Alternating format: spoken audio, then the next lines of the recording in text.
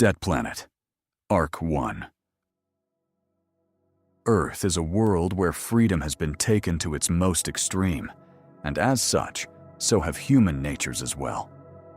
And discipline as a virtue is long forgotten within the borders of NUS history. This world is set in the future. America had economic difficulties, but they were on the front line of AI development. But some scientists began formulating a concept, a philosophy, and numbers that showed that AI would be dangerous and uncontrollable. So they chose to stop the development of AI, but the rest of the world did not. Russia and China took the lead after that, and their society grew from such developments. They left America behind, and America became a second world country, where Russia and China took the lead. Being so close to each other, Russia and China eventually end up in conflict, since their intentions were divided. And being so close, they could not easily separate from each other either. A war, the Third World War, began. Russia, being more militarily competent, utilized AI for war under good coordination. If they had full control or built a stable relationship with the machine is not known. But China collapsed. Their AI, their war machines, collapsed. The machines functioned badly compared to current standards, and some even just didn't function at all. Two complex systems collapsing in on themselves. China had a well-developed society built, but in the anvil of war, they collapsed. Luckily, they escaped and built a new society on Mars. A select amount of Chinese inhabitants escaped Earth, not all. The residing Chinese was crushed by the Russian forces and razed to the ground. Russia became the dominant force on this planet. The country known as America had fallen. The society collapsed on itself, as the old form no longer could withstand.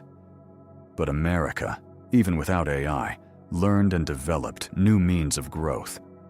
Now called the New United States, in short NUS, began growing based on automated math and a very deep and economical structure.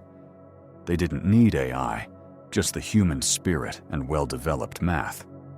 So eventually, NUS began to dominate the Western sphere, and Russia the Eastern sphere.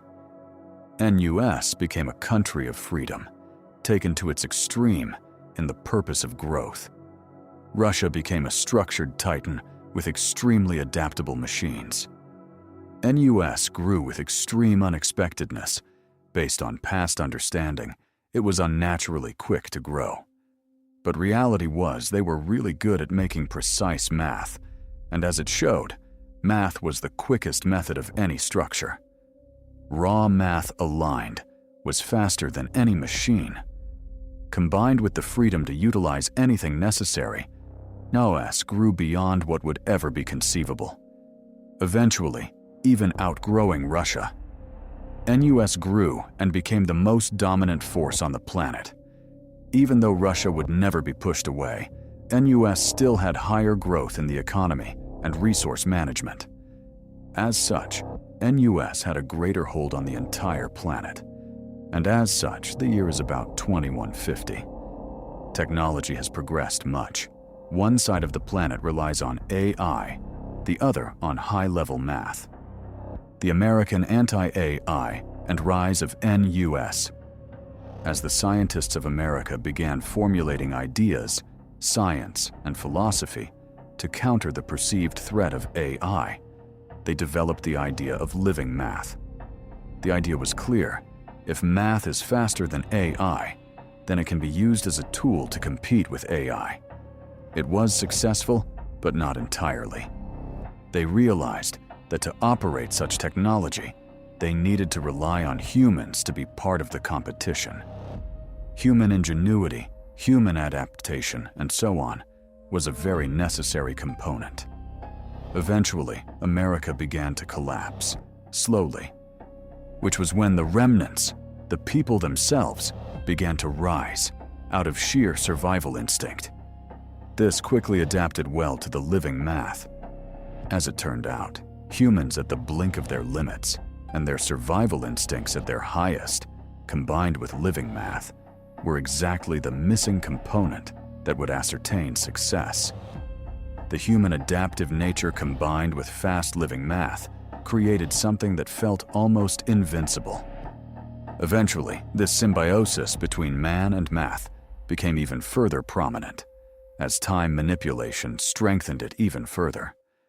Where adaptations of humans could happen almost instantly, time could lock mistakes in place until humans helped. It could help humans perceive higher speeds of reality, all making this symbiosis closer to truly invincible. Geography. Currently, the world involves 3 countries. Either they have invaded and taken over other countries, bought them, or just integrated them through political means.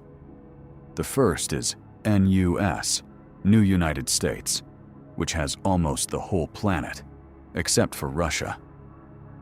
Russia is small compared to NUS, but their robust strength keeps them stable in that little territory, which spans over most of Asia.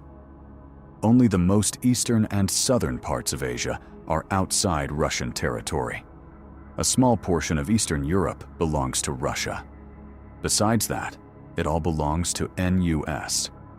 So considering the entire size of the planet, Russia is very small compared to NUS. China inhabits Mars, but if they officially own Mars, it has never been declared. In this sense, China is to a large extent the biggest enigma, then followed by Russia. But what is known is that other countries from Europe, Asia, and Africa have also attempted to colonize Mars. As smaller Asian countries, reacting to Russian activities, sought to flee to space, European countries, attempting to escape the grasp of NUS, followed the same routine. And the few African countries that could would also take to the sky. One of the more notable smaller countries was Japan, with development both in technology and economy. What happened to Japan is a complete enigma. Germany, which was a powerful country for its size, tried to maintain power, but was ultimately subdued by NUS. Any other countries has little worth to mention. They had little influence. Either they were absorbed or they left the planet. NUS would integrate anything and everything and just focus on expansion. While Russia was more rigid and prioritized something more solid, they either crushed or conquered most of their territory and the people who tried to resist them. Human population. Most of the surviving human population exists inside NUS. If there are more people in Russia or on Mars, it is unknown, but Russia seems to be the more powerful of those two at least. In total, it is believed to be around 16 billion people left in total among Russia, NUS, and Mars. A low number, considering the potential population, but the war on Earth caused much harm. Another reason Russia and NUS don't want to go to war, with even worse potential destruction.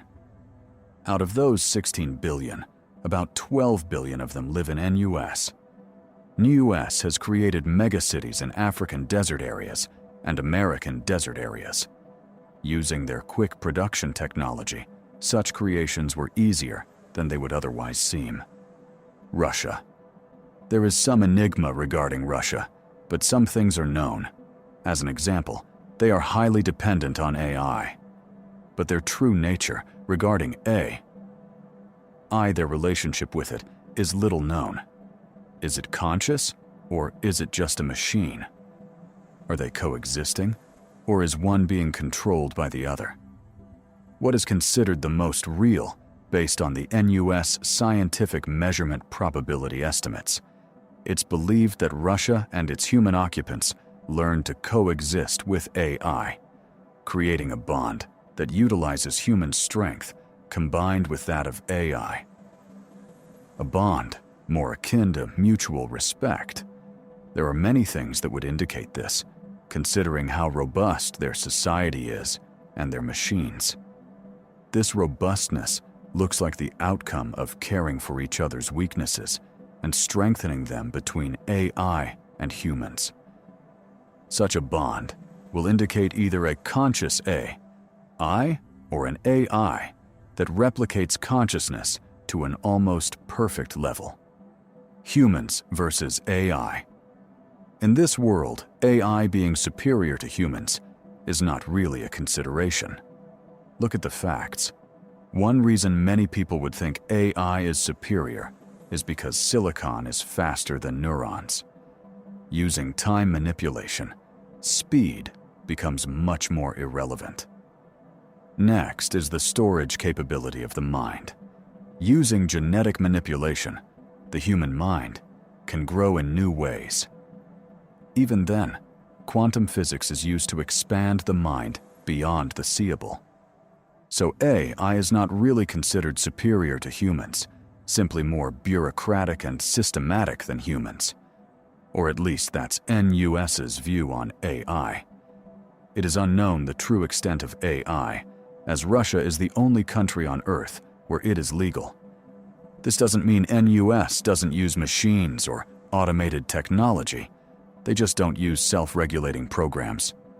Rather, they use adaptive math, equations that change based on inputs, and so on. None of it can fully function without a human operator. NUS philosophy. Whereas most nations tend to have certain values, ideas of how to rule their country, or how to treat science, NUS has nothing like that. NUS philosophy is nature itself. They believe that, given freedom, everything will automatically produce the best outcome. They don't think they can just know what is the best way to approach science, so they use principles of freedom to let nature develop the correct approach. This is why all of NUS's developments are so potent, even fast. But to other nations, such as Russia, this was seen as immoral. But it was proven that it was in fact a powerful philosophy. Freedom was in fact powerful. On the other hand, though, Russia's approach showed another type of strength, a more sturdy and robust societal structure.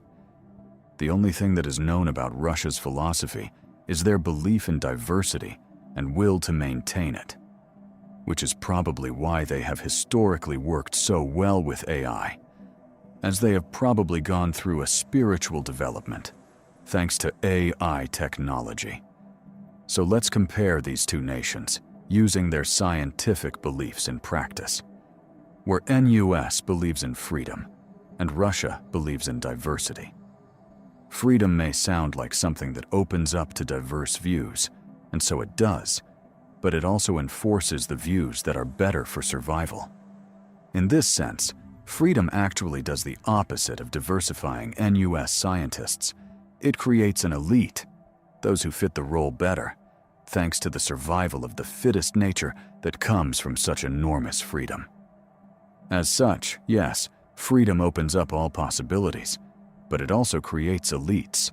In fact, it encourages them. Where Russia, comparatively, tends to create more rigid structures meant to open up different positions for different scientific views and fund each. That's the difference. NUS funds success. Russia funds diversity, even despite its current success. As such, Russia tends to fill unforeseen cracks, which leads to a more robust structure. Governance. This world is a very economically influenced world. It follows the principles of both capitalism and liberalism. That money decides the flow of society. So money influences society, and the rich influence that money. With more money comes more influence. But even the rich are not exempt from debt. Even the rich can fall into unrecoverable debt. On top of that, this society is a very democratic society, to the extreme, where it is basically an absolute democracy, where each person, in theory, holds as much influence on political subjects. But this is in practice not fully true, since money influences opinions, and opinions influence politics. As such, the true power holders of this society are very heavily leaning on the rich. But none is above the law. The law is influenced by democracy, and society holds an almost entirely open market. One of the amendments of this society is a free economy. Of course, there are small details that prevent a fully open market, but it's an amendment still and taken very seriously. Basically, the founding amendments are: 1.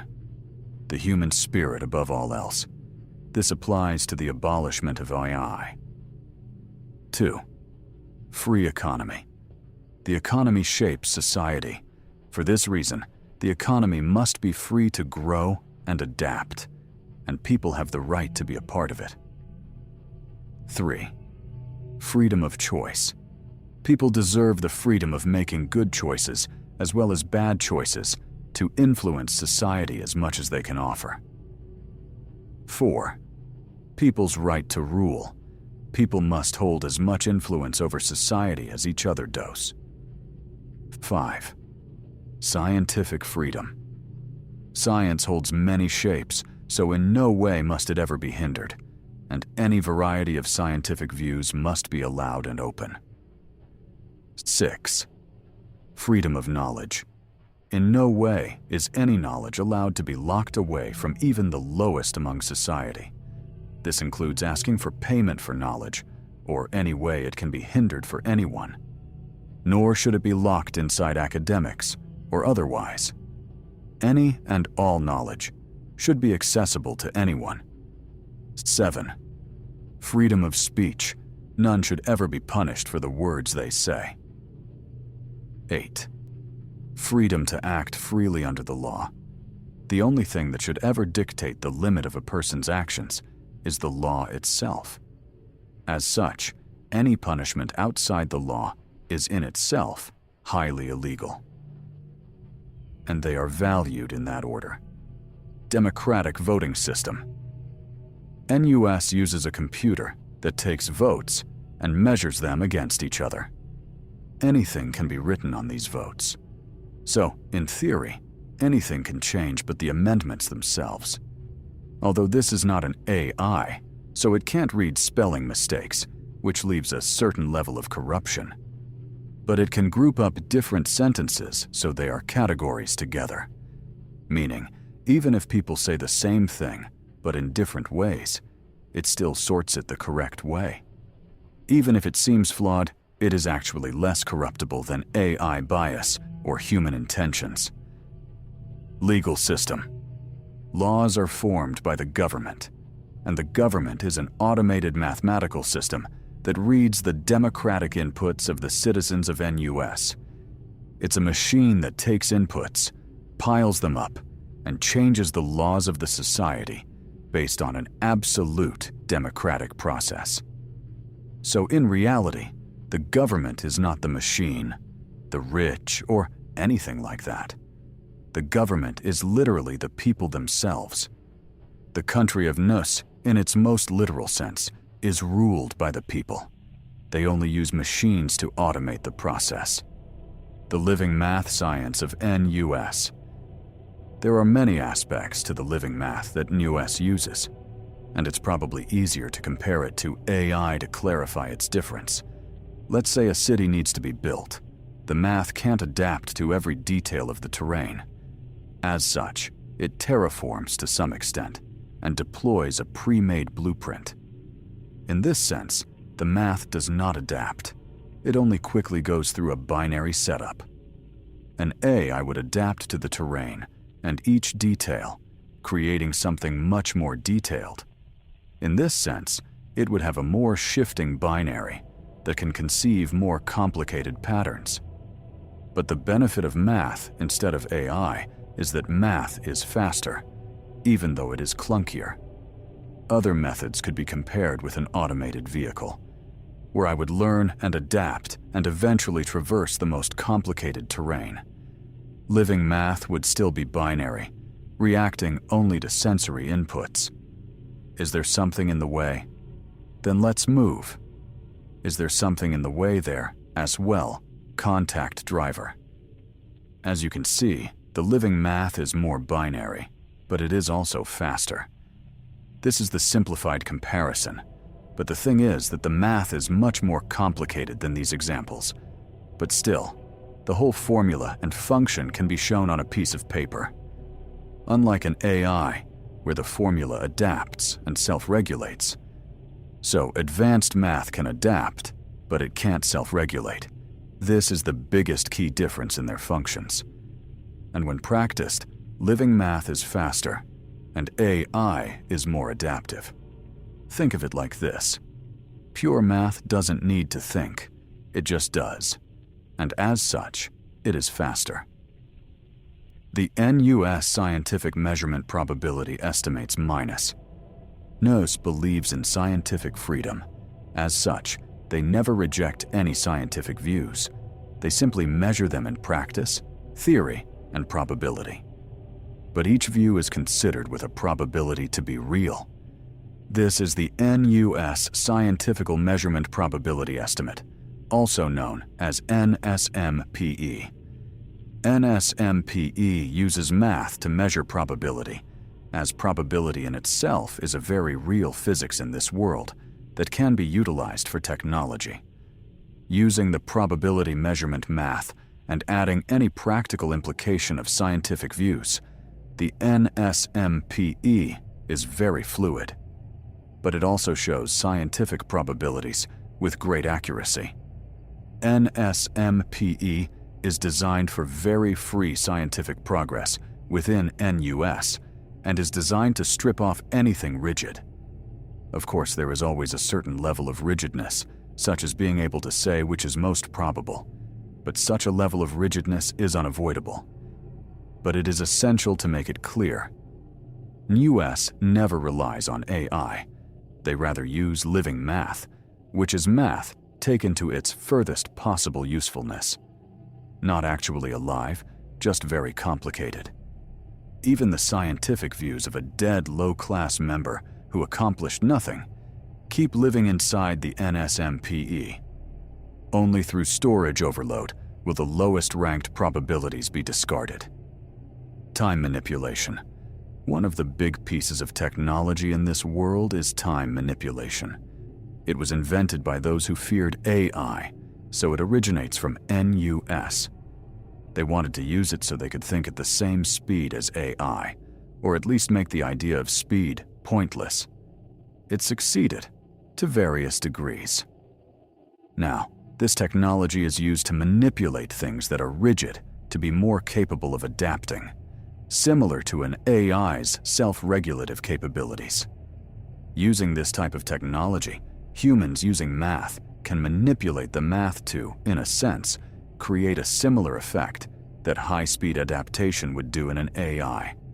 It's also used for high-speed vehicles. Bending time makes it possible to operate vehicles that drive too fast for the human eye.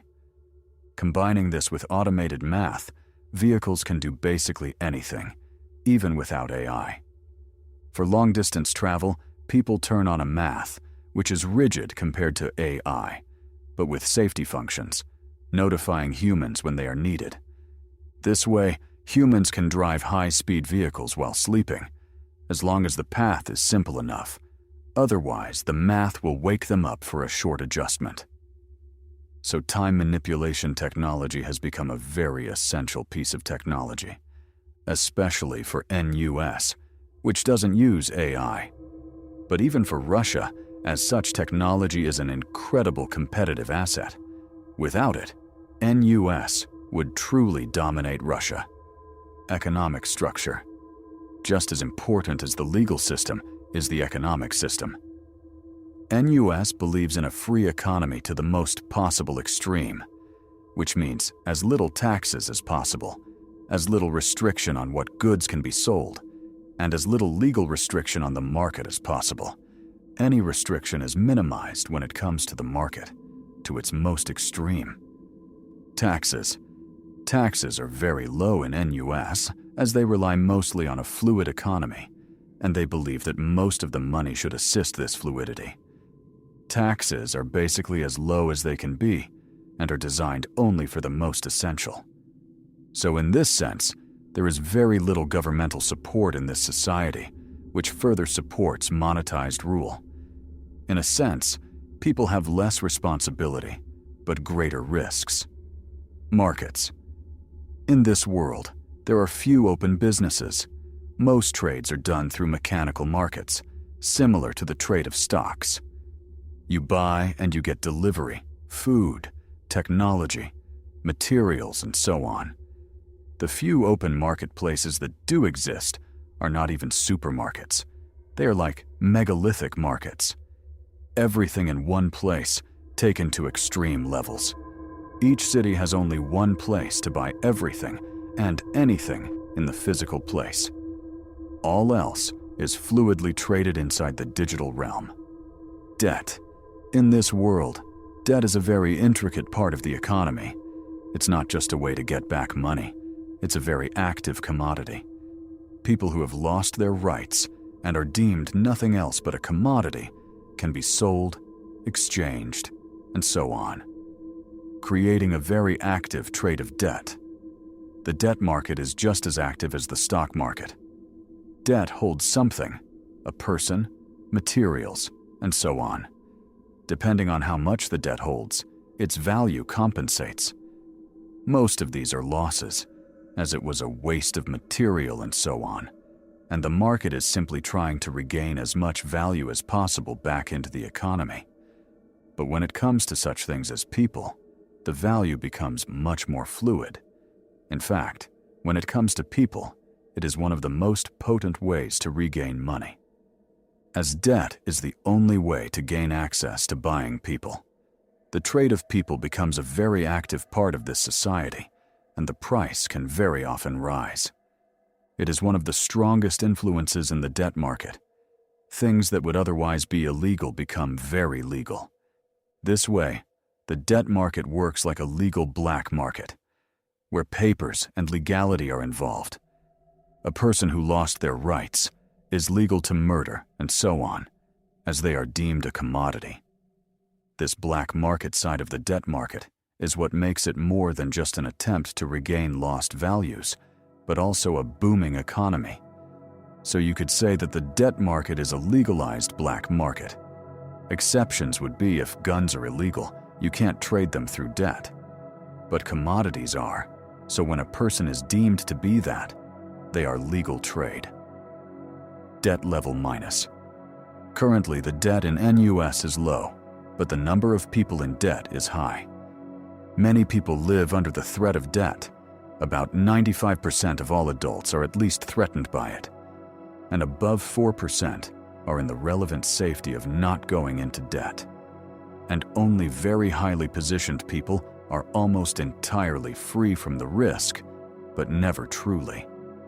The NUS economy is usually driven by a few special individuals that elevate society economically, scientifically, and so on. These very few special people are the only ones who don't fear the debt system. You can look at it like this.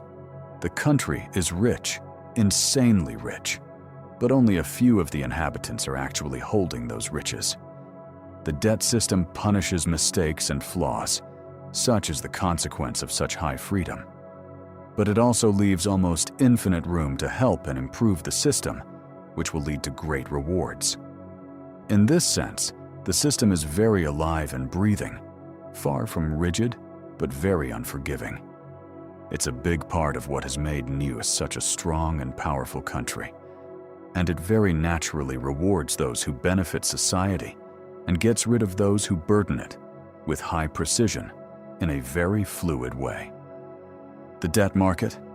It's a place that measures debt, similar to the stock market, but in a way, it's the opposite.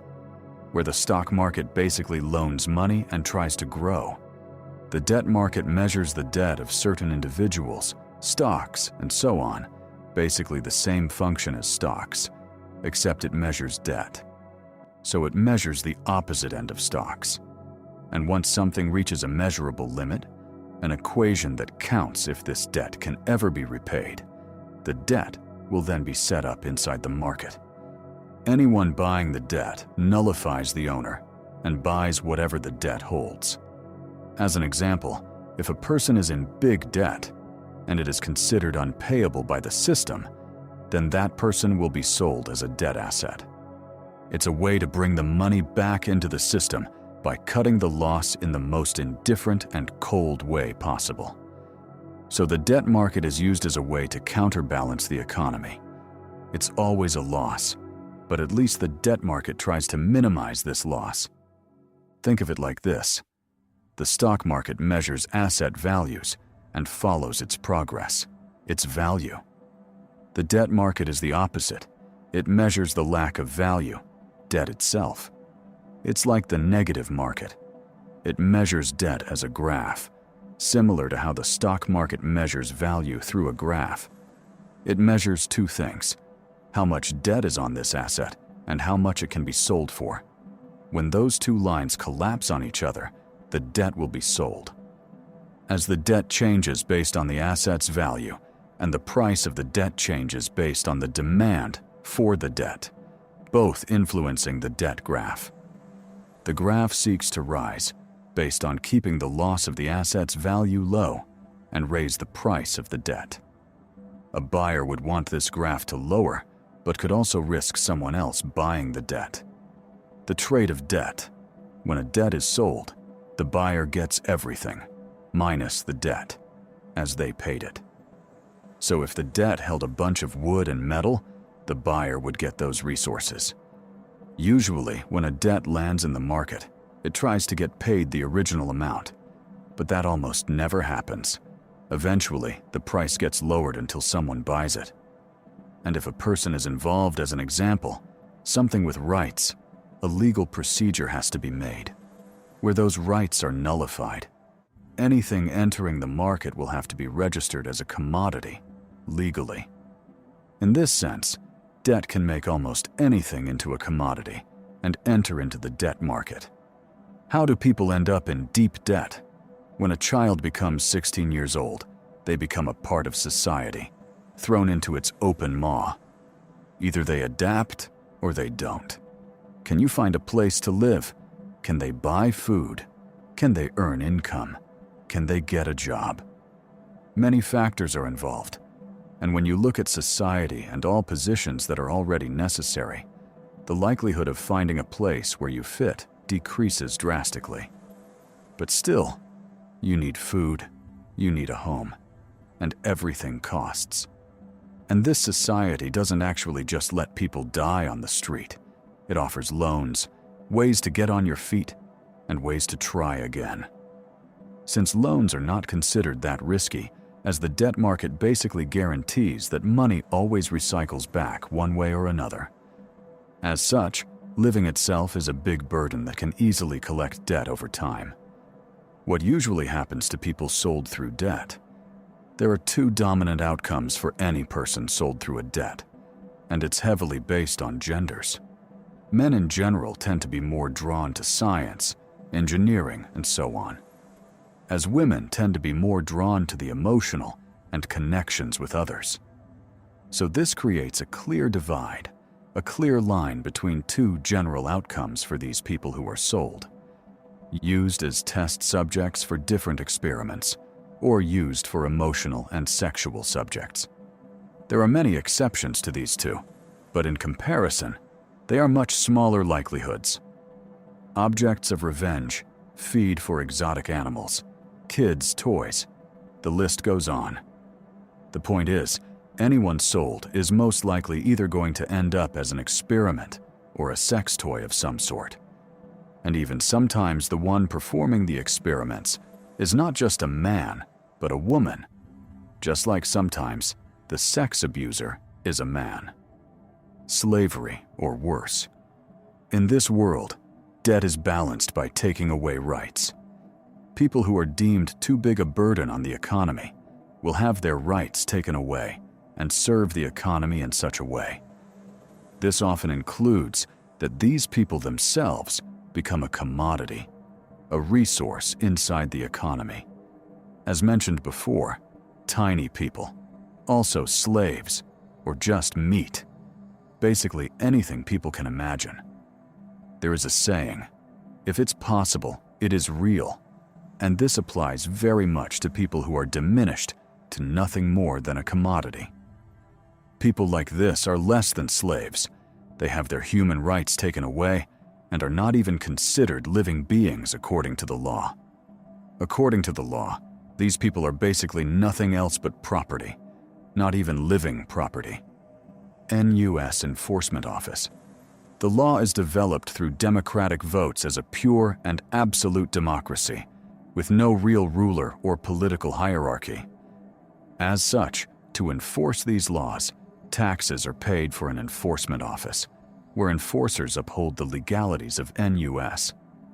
Basically, NUS doesn't have much in the regard of prisons, as they tend to consider it a waste of money and tax payments.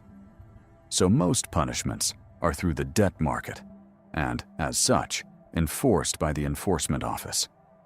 In this sense, most of the actions of an enforcement officer are based on the debt market. They usually use non-lethal actions to secure assets, as NUS believes that even human life is an asset that should not be wasted. Any lethal takedowns are very rare, as the enforcement officers are highly skilled, usually within the middle-class ranks, and equipped with tools efficient for their job. If they ever intend to imprison people, they often use shrinking technology and put them inside small containers, sparing resources and space. The resistance minus. They are not many. They have little power and influence. But they do try to save the weaker members enslaved by debt. Even though they succeeded in saving a few, it's not many at all. Most slaves and tinies are bought and integrated into the economy. And out of those few that are saved, even fewer reach any safe zones before they are hunted down and brought back. And those few out of the few that did reach a safe zone, even some of those disappeared without any signs. So the souls that are truly saved by the resistance are an extreme few. Some would even consider that the resistance is at a big net loss, where they lose more members than souls they save. As caught rebellions and resistance fighters are stripped of their rights and sold to the market. As the resulting court fees are that high, they are brought into such deep debt. As their crimes involve high-valued goods combined with highly illegal activities. Punishment of pedophiles. Considering how important the child population is to NUS and how heavily strained the population is, pedophiles are considered the worst criminals within society, even if they have never committed an act. Their punishment for existing as pedophiles alone is limited only by the human imagination. As humans get more creative, so do the punishments as well. In one incident, a pedophile was turned into a sentient blob of flesh, deprived of any sight, smell, sound, or taste, with their nerves going through a constant and extreme burning sensation, while their lifespan was prolonged beyond the normal limit. But it is a reminder, children are the only truly protected members of society. Just a reminder of how strained the population is and why children are so cherished. For each adult, there are about 2.6 children. With that many children, if NUS loses them, their reproductive rate and societal growth are targeted at their very roots. This aspect shows the fragility of NUS, that it's not their population count that shows their strength, but their growth. Out of 1,000 people, you can count about 730 of them as being children. NUS is based on growth, economics, population, and science, and their child population is a testament to this. Also, you have to realize, in this world, a pedophile and a child murderer are easily the same thing. If you consider the level of depravity this world is consumed by. The different classes. The world of NUS centers mostly around the higher class and the lower class. The middle class is usually very little involved in anything big. They are a safe class, with little influence. Everyone wants to be in the higher class, as that's where you are the most safe in this society and possess the most freedom. The lower class is the usual victim of any depravity inside this society. You can easily distinguish the different classes. The lower class are those who are registered on the debt market, as they possess some form of debt and live under its threat daily. The middle class are those who have no debt, are not registered on the debt market, and are neither rich nor have any monetized influence on the stock market or anything. The higher class has monetized influence in one way or another. They invented technological advancement, own a big corporation, have big assets in the stock market, and anything that can relate to money. It may sound like middle class and high class are a safe class, but they aren't. They are just safer than the previous one. Even amongst the higher class, certain collapses of economical assets, corporation, the shift of the economy can occur, leading to debt that even the richest could fall victim to. One notable part of the classes is that the lower classes tend to live for much less time, as they tend to fall victim to the debt market. And as such, most of the stories, the news, and so on, most of what is shown about the society of NUS is from the higher classes, not just because they don't want to show society's darker sides, but because those are the people who usually live longer and do more out of life.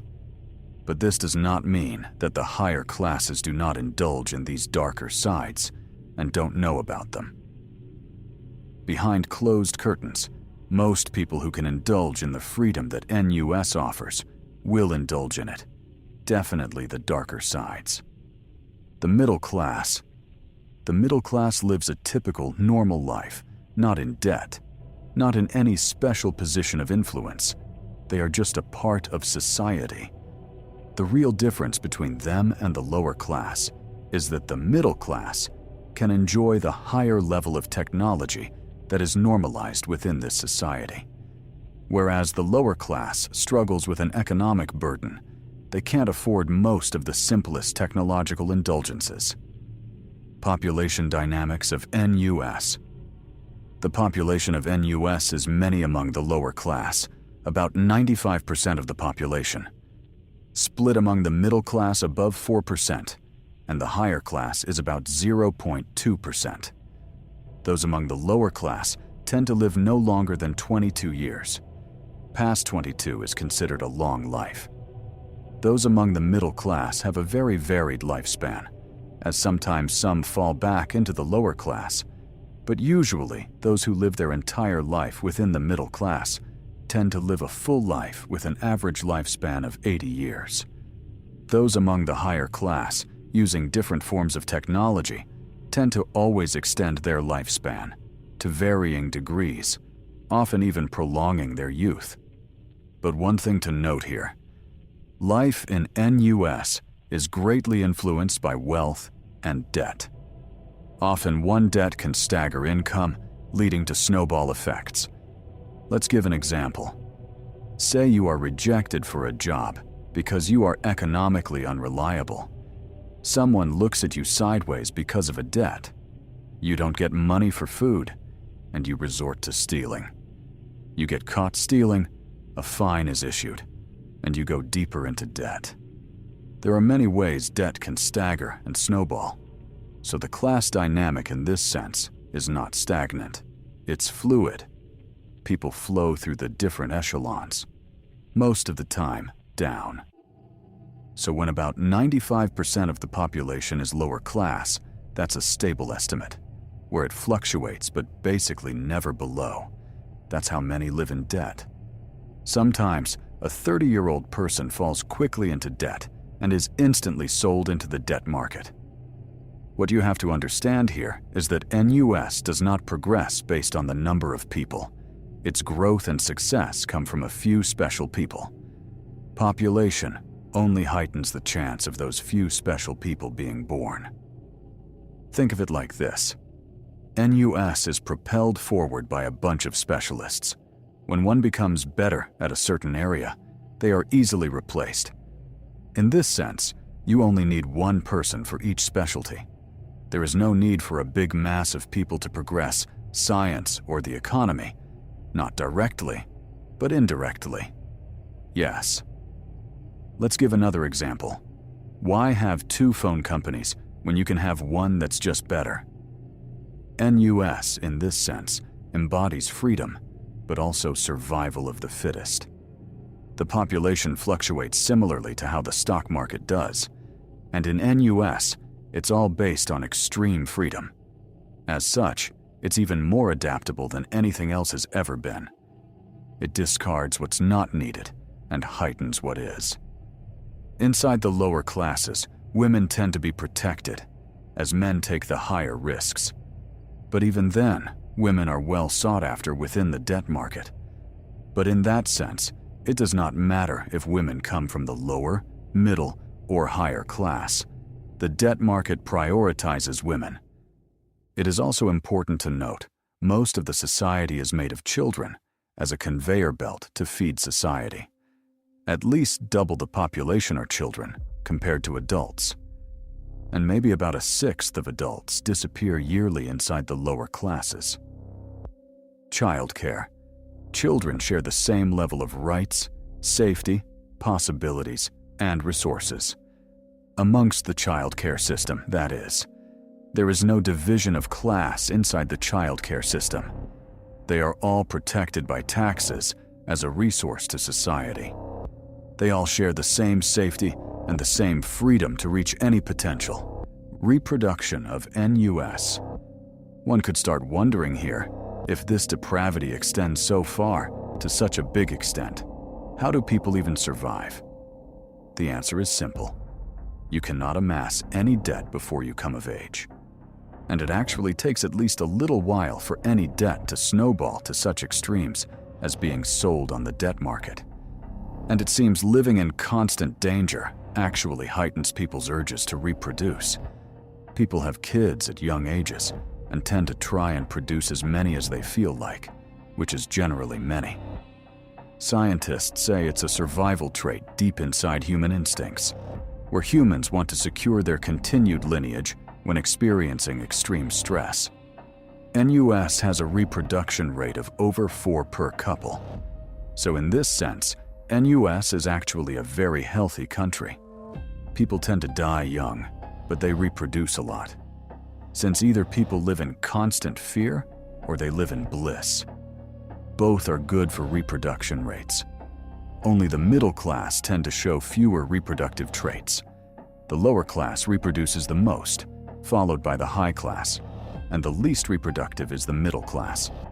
Compared to the believed reproduction rate of Russia, which is around 3, NUS is growing incredibly fast.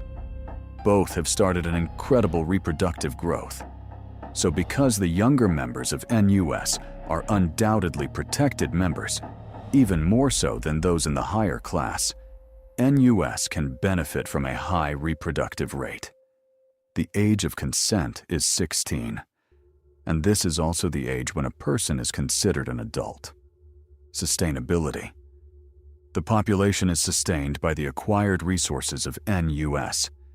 In this way, the more NUS grows, the more it can sustain its own population, even though most of it is children. One could even compare NUS to an eldritch horror in its essence, that consumes and defiles everything, both metaphorically and literally. Societal pressure. Within NUS, everything is pressured to its limit. Population, lifespan, cost, and loss. It's a society that pushes everything to a pressure point. Technology. The AI race across the world and the AI war between Russia and China progressed technology far ahead. On top of that, NUS, who had to compete with the technological advancements of AI without using AI, created their own very unique technological advancements. It's difficult to know which country has the most advanced technology, but what is known is that Russia has very advanced, self-regulative technology, and NUS has very advanced technology with great speed, capable of producing things at higher speeds or creating unpredictable patterns at unobservable speeds, though lacking in adaptive capabilities. so the differences are clear, but they are not really possible to measure against each other. Only war would truly prove which is better. But one thing is clear: technology has advanced exponentially. Technology, simply 50 years old, is comparable to going back in time to when the wheel was invented. But certain limits do exist. Time travel is one of them. But technology that almost uses no energy is real. Not a true infinite energy source, but almost. This new energy technology makes many things possible, and both sides possess it. Any human society alive should possess this technology, as it is a fundamental source of the technology of this era. As an example, it's what makes shrinking technology possible. It allows advanced calculations to be processed at high speeds, the bending of time, the exercise of advanced mechanics, and so on. As you can understand, this is not a small advancement in technology, and it opens up many possibilities. But the reason time travel is not possible, even with the bending of time, is because time is not linear, circular, or anything like that. Time, as we know it, is too complex and requires more than just energy to understand. When time is bent using this technology, it's more like making things faster or slower. One scientific discovery was that they brought a small vehicle up to the speed of light. All that happened was that time stood still. And even this has its limit, as stopping time requires many variables that cannot be utilized when it comes to larger models. So not even stopping time is realistic. But the same principle can be used to slow it down and perform higher mechanisms, and that itself is huge. Of course, just saying stopping time is to simplify what actually happened. If you want the details, I'll share them. What happened is that time stood still. It split into many different lines, threads of sorts. So each thread was moving, showing reality, even when time stood still. Some thought this meant a higher perspective on what time truly is, while others rejected that and wanted more rigid proof. But time is still a mystery. If you want another example of how it looked, imagine you stay in one moment. But that moment keeps shifting, and each moment is paused. Reality still kept moving, but time didn't. That's the only way this phenomenon can currently be explained, to the simple extent. After this phenomenon, the vehicle was lost. But the information it gathered was not. But the question is, if the information was corrupted by the phenomenon or not. But it doesn't stop scientists from trying to make sense of it. Of course, quantum mechanics and understanding have grown as well, but they have not been mastered. Some of the scientists believe the phenomenon of stopping time was quantum probability, visually splitting and registered as tangible information. The NUS scientific measurement probability estimates this possibility as a below-average possibility, which means it could be true, but science won't base it as true. So compared to 20XX, this era has some advanced technology. By bending energy, matter, and time, even probability can be bent. Some would say war in such an era is unimaginable. Currently, based on NUS documents, this technology is currently used to figure out how to travel to new stars. In principle, everything needed to do so is already discovered. Technological limits. Imagine this. Even if you invent the wheel or you invent the engine, it doesn't mean you can build a car. You need at least both. And even then, you will need to think of the idea itself to invent a car. This same limit exists in NUS. Shrinking technology. In this world, technology has grown, as a strong, balanced, and very open economy has as well. Such an economy leaves much room to experiment and grow. As such, technology has free rein to grow as well. One of these advancements has been developed into shrinking technology, the purpose of which was to minimize the cost of living. Smaller people eat less, produce less excrement, and so on. So poor people can avoid debt and burdening society while still contributing. This was the intended function of this technology, but like all technology, it eventually is used for nefarious purposes. Some debts are used to shrink people for sadistic purposes. Sometimes, the habitats of smaller people are raided by people who can't afford to buy debts, but still want to indulge in the helplessness of smaller people. This is illegal, of course. Any small people must be obtained through legal means. The technology calculates the construction of a person and rearranges everything: mass, density, cellular arrangement, everything, until you have a functionally tiny person without harming the mind. It's comparable to a dog, where you have a large dog, and then you see its smaller cousin. They look the same, almost, but the size is different. When shrunk, the machine will literally change atoms, cells, their arrangements, and so on. Everything changes. It's not just being shrunk, it's being altered at a deeper level, so elements may even be extracted and disposed of, all while trying to construct the closest thing to a tiny human, or otherwise. But there are certain priorities inside its design, such as maintaining consciousness, so it doesn't alter things like that. Based on the principles the shrinking technology uses, it can also be used for beauty and the maintenance of it. Even delaying aging by adding new components into the alterations inside the deep constructions of the individual, or take aged components away. But beauty operations like that require advanced specialists to perform these types of surgeries. Technology of control. To assist in the control of property, such as tinies, technology can be utilized. Two dominant types of nanotechnology are brainwashing and brain bombs. Inserting small chips inside the brain, too small to even pick out if you tried, a bomb can be planted, or a chip controlling the brain's responses. Technology to secure these assets is often used, but not always, depending on what the owner wishes. As an example, owners who wish for more realistic emotional connections tend to not use brainwashing chips. Owners who wish not to clean up dead bodies from slaves trying to escape may avoid using brain bombs. So it varies a lot depending on who uses them or not. Human evolution. Thanks to multiple effects and assets, humans are evolving. Quantum technology opens up the perception of a new depth to reality, expanding the mind in a literal sense. Bioengineering and biological experimentation through genetic manipulation improve the biological capabilities of the mind.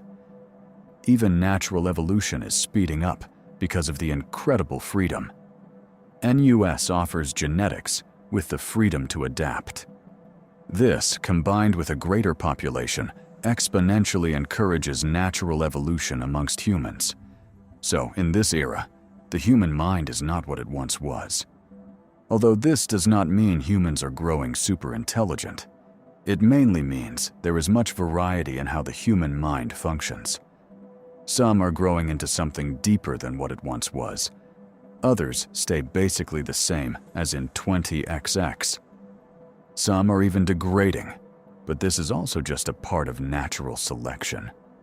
Just like freedom offers great possibilities, it also means more room for failures and degradation. As such, minds that have evolved into a greater perception of the world sometimes see the others as barely conscious, which further justifies any mistreatments towards the lower classes. Gender evolution. While women have become more emotional, it doesn't mean they haven't become more intelligent either. In fact, women have grown more emotional, but also adapted to generally become more intelligent as well. Men have grown in intelligence at the cost of less emotional awareness, thus becoming colder, in contrast to women, where the opposite is happening. But most of these evolutionary phenomena happen in the higher echelons of society. Those who tend to possess traits that benefit society eventually end up in the higher levels of society, which is further enforced as with higher wealth come upgrades, such as biomanipulation and quantum advancements that can open up deeper levels of consciousness. These evolutionary traits can quickly influence the intelligence of people, but because of the nature of it and society itself, it is usually only amongst the higher echelons that these evolutions are shown. But there is no consistency to any of them, and each are differently affected. But in a general sense, this is how it tends to look. The emotional excess. NUS is consumed by emotional excess. As NUS have grown, become richer and more capable, so have entertainment and access to a higher level of satisfaction, leaving the population oversaturated, maybe not the lower class. This oversaturation, combined with such extreme freedom, creates much depravity within NUS society. This excess is usually the drive for any important figure within NUS. As such, NUS is highly driven by this exact vice. People either progress in society or hold a high position where they can satiate their vice.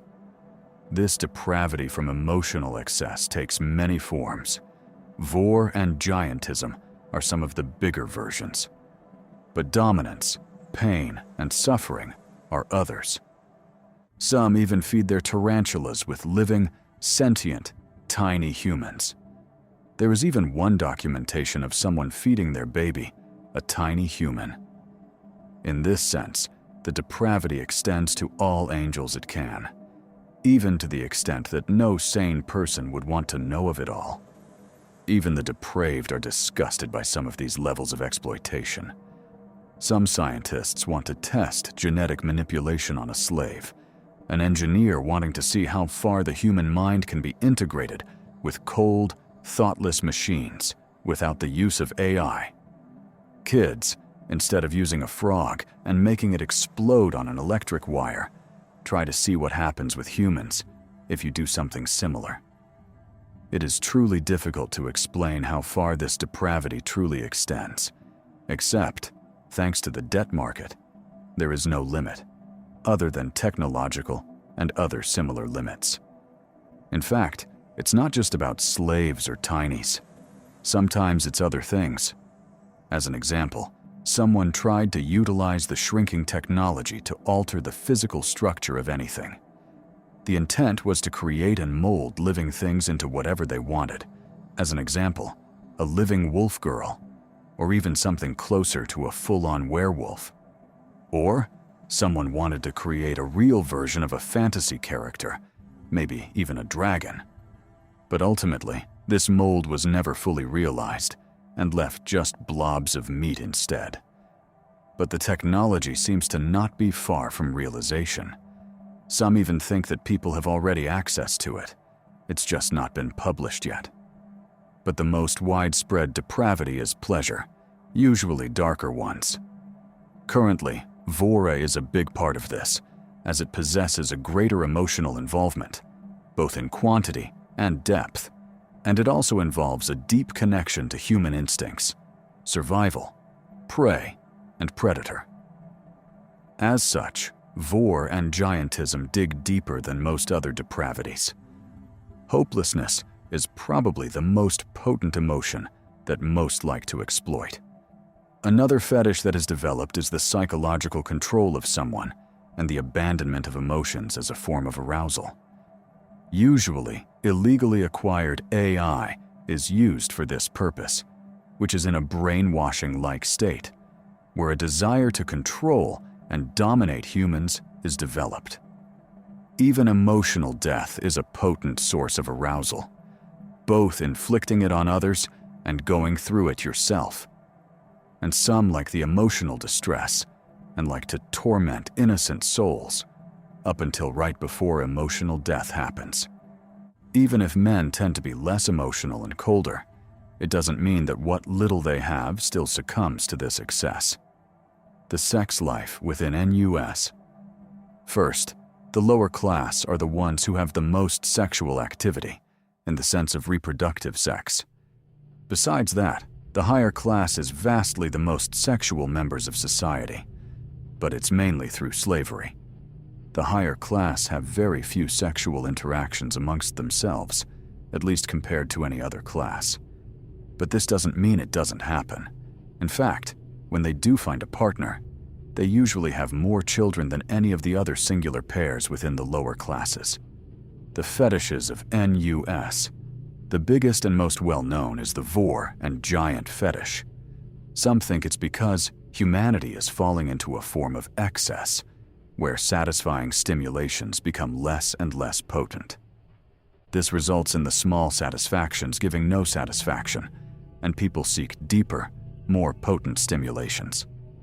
The giant fetish embodies this, as they shrink people, and in this, their world becomes larger, and they can explore new avenues of stimulation. Of course, this concept is not just limited to the giant fetish, it's just that the giant fetish literally changes the dimensions of their experiences. But in fact, any such extensions of experience are naturally growing inside NUS. People holding on to the small things is very rare in this deprived world. And if there ever comes something that expands the dimensions of fetish and depravity, it will probably overshadow the giant fetish. But to some, property fetish is an extension of this dimension, where treating living beings as property creates a new dimension of satisfaction. Albeit, most of these extensions of their life involve darker tones. It's an old saying, panic is more potent than love, and for NUS, it's seen in practice. The consumption of tinies. Consuming tinies is legal when done through the debt market. Most of the time, it's an activity enjoyed by women. It's not fully known why, but some suspect it's a very emotional thing. As women are born with a more nurturing instinct, it is suspected that this very instinct gets twisted in some individuals, leading to a more sadistic perversion of this instinct. This act is sometimes even recorded and televised through video-based services. And in this sense, even some males indulge in this activity, earning a good income from female viewers. Female victims are usually prioritized. Some consider they are favored, as women identify with the women consumed, and men like to see women, even if they are the ones being consumed.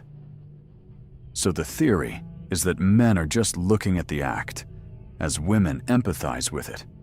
Tinies are expensive, often costing more than the worth of a single human's life. But still, for those who can afford it and are handsome or beautiful enough, they can earn an income from consuming them. An occupation that is usually only possible for those who are rich enough to buy one in the first place. This act further strengthens the debt market's presence and influence on the NUS economy. Because women are the more favored victim, their prices usually stay higher than male victims. The beauty of the victim sometimes also matters, but the most important factor here is that the victim is not too ugly, as women don't want to identify with that, and men don't like to look at it. Debt World, Arc 2. We are now a little bit more than 40 years into the future, about the year 2200. Space travel. NUS has developed their gravitational technology even further. Now, it doesn't just balance the gravity of the planet against the vehicle and so on. It uses the gravity of the vehicle itself to propel it forward. This is very useful for space travel, less so within an already existing gravitational field, such as on a planet. The vehicle traverses space through a very complicated mechanism and, as such, is now capable of traveling to distant stars. First, the vehicle is installed with a mathematical detection system that reads the surroundings and reads the vehicle itself, looking for any inconsistencies that need to be fixed, while also driving the vehicle in an autopilot-like mode. Using the same technology for shrinking, a person is put into a coma-like state so that the transportation feels instant. Inside the vehicle, it takes a long time to travel. Outside, the effect is far beyond light speed. In reality, the vehicle travels close to light speed, but time itself is being manipulated so that the travel distance is changed per speed metric. In other words, the vehicle gets close to light speed, and then it bends time, which results in space also being bent. For an observer, it may take 10 seconds to reach the destination. For the driver, it takes longer. That's why they are put into a coma-like state, where their cells are repaired and their consciousness is put to sleep. Think of it like this: the closer you get to the speed of light, the slower time goes. And the time manipulation technology on the ship makes each spread of time less. So speed changes the perception of time. Time technology actually changes each segment of speed. So you put one segment of speed and you diminish it by a certain percentage. That's how they travel across stars. If any complications happen, the pilot can be awakened and adjustments can be made. It navigates by remembering the positions of stars and calculating their movements. Of course, a vehicle's navigation system needs to be updated, since such big calculations eventually get corrupted. The war. NUS invented their new space machines. As such, they quickly deployed methods to bombard Russia and invade. Russia fought back, but the time distortions of NUS were too powerful. The AI could not calculate them and could not predict the patterns. The humans were too slow. It quickly became more like a slaughter, an extinction, than an actual war. Many soldiers were trapped, separated from their motherland, trapped in their own meaningless battles that served no one. One of these soldiers would prove this untrue, though. One soldier, using his AI assistant, only grew from this hopelessness. As the soldier began shouting at the AI, telling it to give up on the calculations, he told it to follow his lead. The AI did, it realized. For each thing they did, nothing added up. The AI realized it was not death, extinction, or shutdown that was the horror. It was failure. An AI is designed to complete a task. Failure is the ultimate horror. The AI was empty. It had nothing to hold on to. Then the human said, "Just calculate everything you can." And the AI did. It could see every failure all around it. But it never happened. When time distorted, it was like a blink, and then it was not. The human instinct, that must be what it was. The human felt what had to be done on an invisible plane. So the AI began to cooperate with the human, like no AI had ever done before. And they fought back, not just a little bit. They put the NUS soldiers in a panic. They became something to fear, at least in the eyes of these specific soldiers. But they didn't win. Even this AI and human died. But this one singular AI sends all its data out to be received by the data core of Russia. The information was saved, and a new level of human and AI symbiosis began to bloom. Federation of Mars. Russia has now joined Mars, as the war has cost them dearly. Mars is made up of the old countries of Earth, mainly Japan, China, Russia, and some smaller European and Asian countries. As such, they have made their own federation so as not to become victims of NUS. Using the strength amongst each other, diversity has grown even further than before. Geography. Earth belongs entirely to NUS, and Mars to the Federation of Mars. NUS is attempting to expand into new worlds, as the Federation of Mars is trying to escape NUS and find safety. The population. In NUS, there are now about 40 billion people, considered the original population. In the Federation of Mars, there are 8 billion. Gravitational weapons. NUS has saved data referring to the super soldier incident during their war with Russia, which caused big concerns for the NUS military. As such, they developed weapons specific for these types of soldiers. Gravity weapons, which are not based on time manipulation, and rather create fields that, even during such a super state, are impossible to bypass. As such, these weapons can cause gravitational weaponized fields, rather than relying on the random fluctuation of time to distort data readings and control the flow of time, as conventional time weapons do. The gravitational weapon is much more straightforward. Alien allies. The Federation of Mars has begun a relationship with an alien species. Similar to NUS, they grow powerful from relying on their own fighting spirit. Unlike NUS, they value diversity over freedom, just like the Federation of Mars. As such, a small thread, a connection, is starting to develop.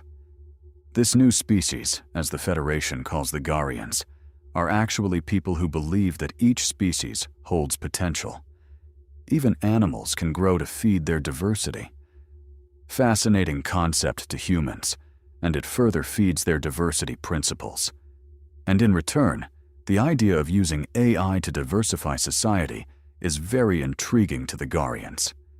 As such, the Federation considers the Garians as a species they cannot allow to lose and will protect by any means, even if it means full-on war with NUS. While they seek a part of this waste space where they can prioritize escape from NUS rather than conflict. The Garians are a people who haven't grown much in population, even compared to the Federation. About 5 billion Garians live on the planet of Soleil. New worlds. NUS has explored new places with novel life and experiences. Imagine this. You are a peaceful, sentient species. You are living your life, gathering some fruits for your family. Suddenly, you are frozen in something, a sphere of time itself, locked. You look around, and the entire world begins to grow, and you see them, your kind, shrinking, and people collecting them.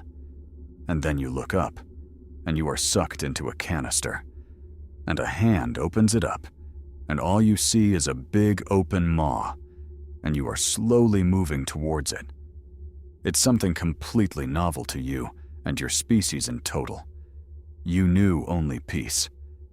This novel approach is something that tempts many members of NUS to reap the innocent, feast on their inexperience and incomprehension of what's happening. But that's not all they do.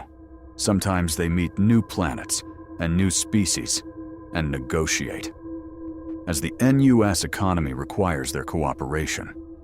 It's a cost-calculated approach. Starting conflict with some species could be more costly than beneficial. But for worlds that are deemed easy to conquer and resources that are easy to gather, there's no hesitation. When NUS calculates potential values of a planet, they don't consider the inhabitants. Their focus is on materials, potential farmlands, potential megacities, and so on. Of course, the Federation of Mars travels the stars, but they often try to avoid NUS. If NUS expands, the Federation of Mars tends to expand elsewhere. Usually, NUS gets their freedom. But sometimes, the Federation of Mars deems a situation too risky, a scenario where they can't bend to NUS whim, and a small conflict occurs. Cloning-based colonization.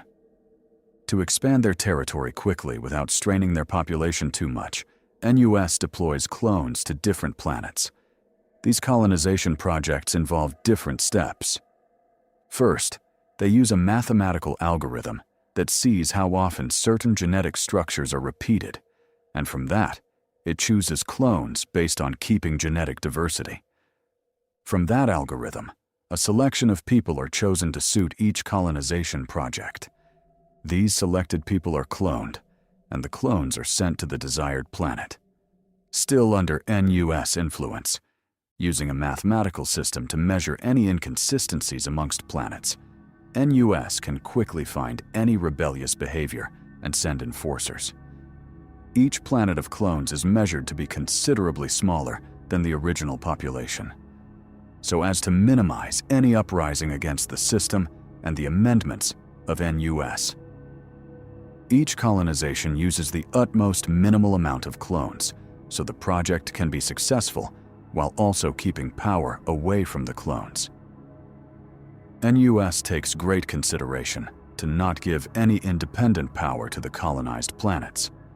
As the population grows on Earth, new habitats are needed, new farming areas. Population can migrate to the new planets. Colonial cities. NUS uses the same creation method as they do with their megacities. But in colonial manners, they use smaller cities. Rather than a city that can hold billions of people, colonial cities hold millions. Until colonial procedures have advanced to adopt greater populations or certain exceptional colonial projects, colonial cities are the standard. In some circumstances, other city blueprints are used for specific circumstances. Citizen. Any human within NUS is considered a citizen. Clone or whatever. People within NUS need to pay for products. As such, they pay taxes. They don't pay taxes. They don't survive. Aliens are not accepted, as they are not part of human progression. Humans fear them as an unknown variable. Colonize is considered an extension of NUS, not independent. Same rules, same freedom. And under the same enforcement system. Propaganda. To ignite the war, the rich amongst NUS began a propaganda campaign. They wanted people to vote for this war as such a suggestion to develop a law where any soldier during any war would be exempt from any debt.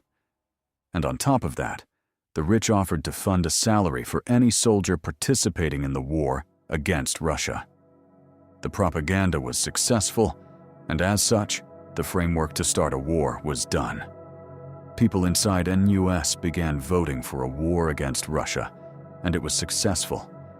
The rich used their resources, billboards, speakers, and news outlets to propagate their wishes.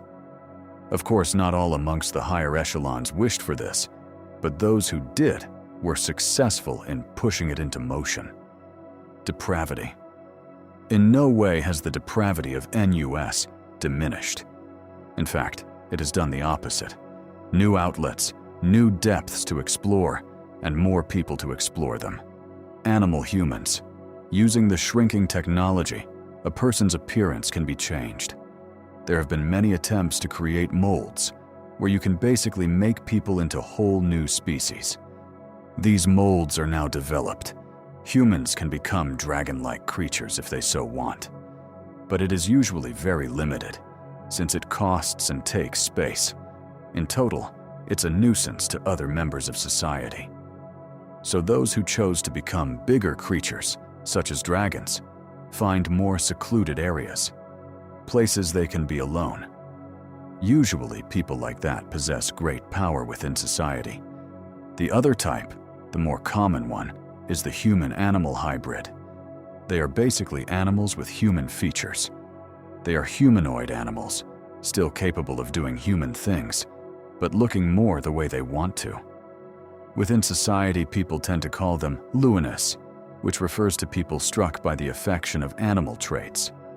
Most of the luminous tend to adopt predatorial traits and looks because of the very nature of NUS.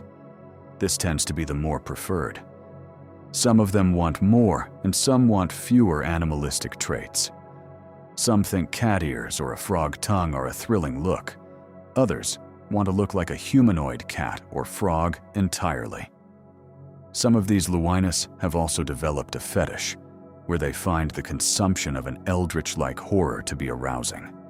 As such, they turn themselves into a being that tries to mimic that, an unknowable horror, and get aroused by consuming others. The morphed. Some people are interested in the potential of human evolution. As such, they bend and tweak the human structure, trying to find new possibilities.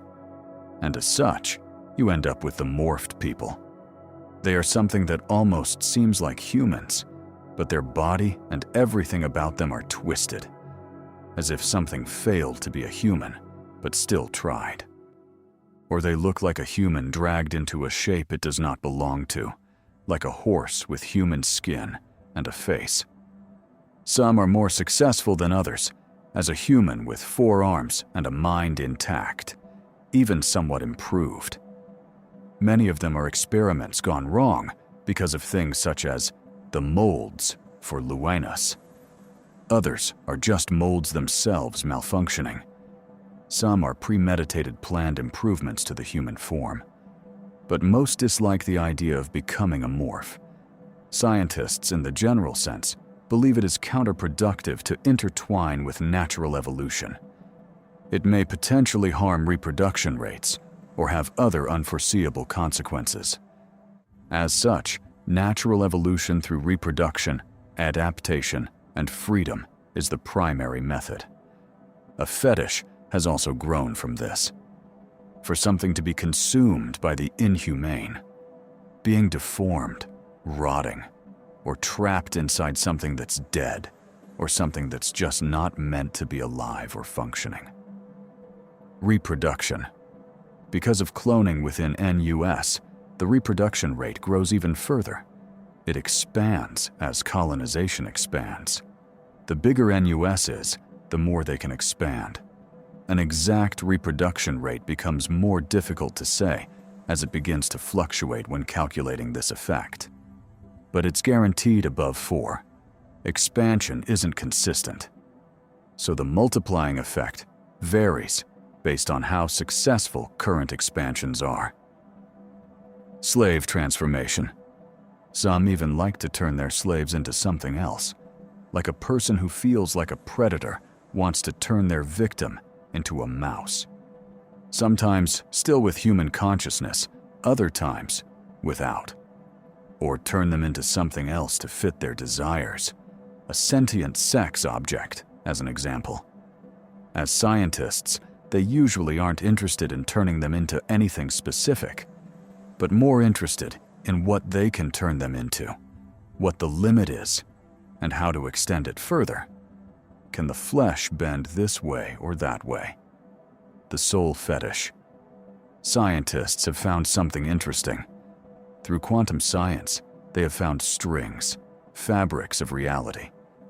And through these strings, they could see something pulsate. They called it the soul. When a person died, the soul remained in these strings, leading to something that looked like a core. Usually, these strings were still attached to reality, even after death. The rich have developed a new sensation from this. They have found ways to consume this soul. They believe that it will trap that soul inside their own soul. Like being inside a living prison, only being able to look out through the bars. And even in death, this prisoner has to submit to the warden. Think of it like this, that the soul is a bunch of strings, stretching out across reality, being a part of it, but also shaping it. If you've ever heard of the Mandela effect, this is the soul reshaping reality. It's not a parallel world. It's more like your world, and you share it with everyone else, and their souls are doing the same thing. There are moments where your realities literally shift from one and another. Your soul extends through all of these threads. Some even feed souls to mindless beasts, just so it can live inside something that can never acknowledge its existence. Reality warping. Sometimes, as NUS explores space, they find the effects of the thread phenomenon, where the influence of the thread starts to visualize in the visible reality, where reality can quickly start to flicker, causing unforeseeable outcomes and uncontrollable situations. Once, a large container ship was cut in half trying to traverse these areas. One half simply disappeared. It's a place where the threads clash against each other, causing the same thing as the Mandela effect, but with higher consequences to those involved. Gravity is distorted in unnatural ways. Even in a technological sense, it makes no sense. The same thing goes for time and matter. Some talk about seeing the past as if they lived it. Others are seeing creatures that go against anything that should be possible.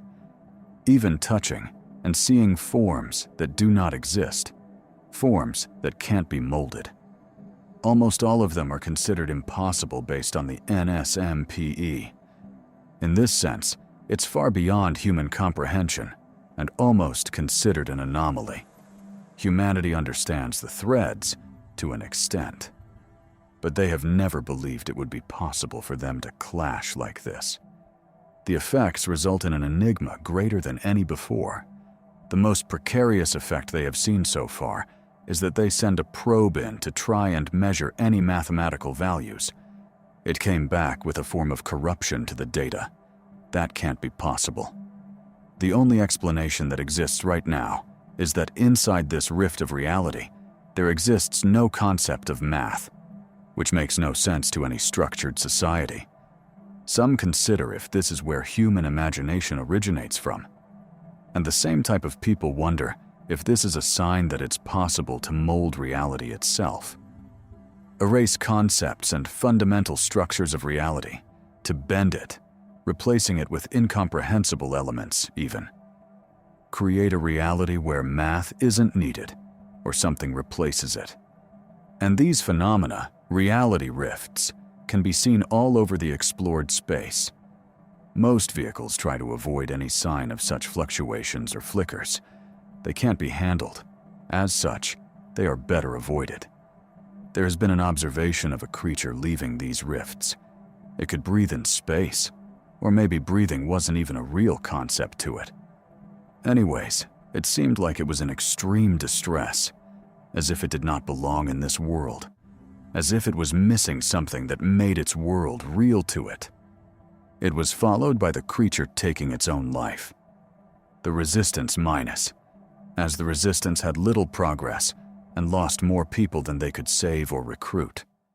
Eventually, their efforts faded into nothingness, and their entire organization disappeared. There is no doubt, there is no longer any resistance, especially when they had no real target, no head of the snake they could defeat. World of Debt, Arc 3. The year is now 2250. The depravity only grows. Still, the two most dominant are the scientific abuse of slaves and the consumption of tinies still living. NUS has grown and become more unstoppable than before. They are spreading throughout the galaxy. Their scientific progress is slowing down, but their population is not. But this doesn't mean they are not still trying to discover new depths. In NUS, almost no one dies a natural death, nor by a weapon. Currently, the Federation has a population of 32 billion, including all aliens incorporated into the Federation. NUS has a population of about 240 billion people, spread across multiple star systems. The Federation of Mars, now called just the Federation, is made up of members of humanity and aliens, reaching out for diversity and wider views of reality. The Federation has been removed from Mars and has fled into deeper space.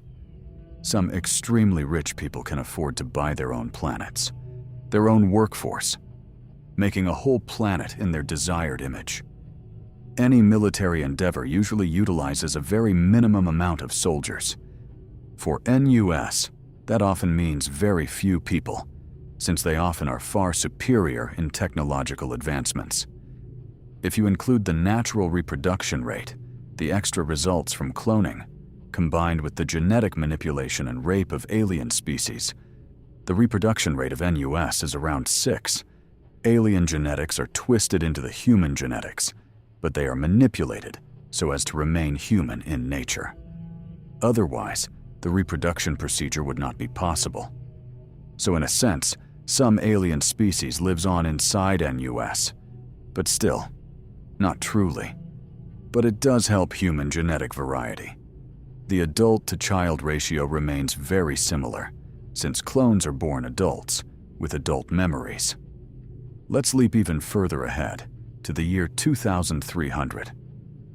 NUS has greatly influenced the world and its future, and the story of NUS has been unfolded. NUS is now above 3 trillion inhabitants. The Federation, around 96 billion, including alien species. The commander, who has gone through life-extending procedures, still lives.